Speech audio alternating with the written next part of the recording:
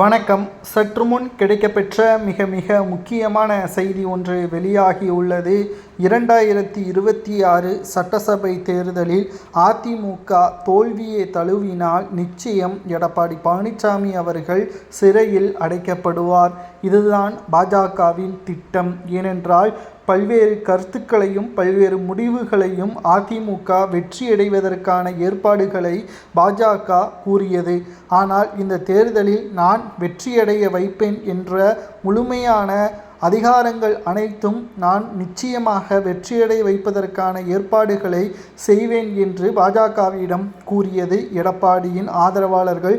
எடப்பாடி பழனிசாமி உள்ளிட்ட ஒட்டுமொத்த அதிமுகவும் ஓபிஎஸ்ஐயும் சசிகலாவையும் இணைக்க முடியாது என்று தெரிவித்தது. ஆனால் பாஜக பல முறை கூறியது, அதிமுக தலைமையிலான கூட்டணி தோல்வியடைந்தால் அடுத்து நடக்கக்கூடிய நிகழ்வுகள் அனைத்திற்கும் நீங்கள்தான் பொறுப்பு.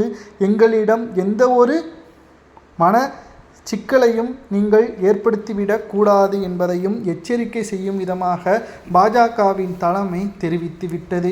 சரி, ஓபிஎஸ் அவர்களையும் சசிகலா அவர்களையும் அதிமுகவில் இணைக்கவில்லை என்று எடப்பாடி தெரிவித்துவிட்டார்.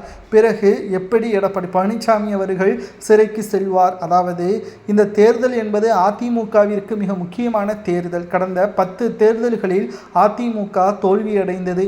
இந்த தேர்தலில் அதிமுக வெற்றியடைந்தால் மட்டும்தான் 2026 சட்டசபை தேர்தலுக்கு பிறகு அடுத்த 20 ஆண்டுகள் எடப்பாடியை முன்னிறுத்தி அதிமுகவால் செயல்படுத்த முடியும். அதுவே அதிமுக தோல்வியே தழுவினால் எடப்பாடி பழனிசாமி அவர்கள் கொடநாடு வழக்கு சம்பந்தப்பட்ட மற்றும் டெண்டர் ஊழல் முறைகேடு 8 வழிச்சாலை போன்ற அனைத்து வகையான வழக்குகளிலும் எடப்பாடியை முதன்மையான நபராக கூறி அவரை சிறையில் அடைப்பதற்கான ஏற்பாடுகளை பாஜக செய்யும்.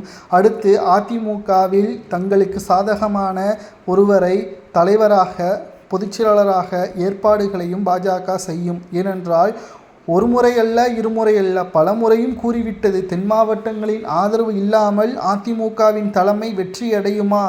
இந்த தேர்தல் திமுகவை வீழ்த்துவதற்கான தேர்தல் தான்.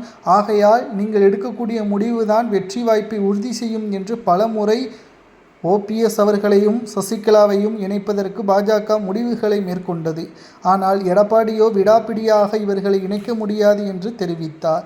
இதனால்தான் ஒருவேளை தோல்வியடைந்தால் நிச்சயம் எடப்பாடிக்கு சிறை தண்டனை உறுதிதான் என்ற தகவலும் சமூக வலைதளங்களில் வைரலாக பரவி வருகிறது.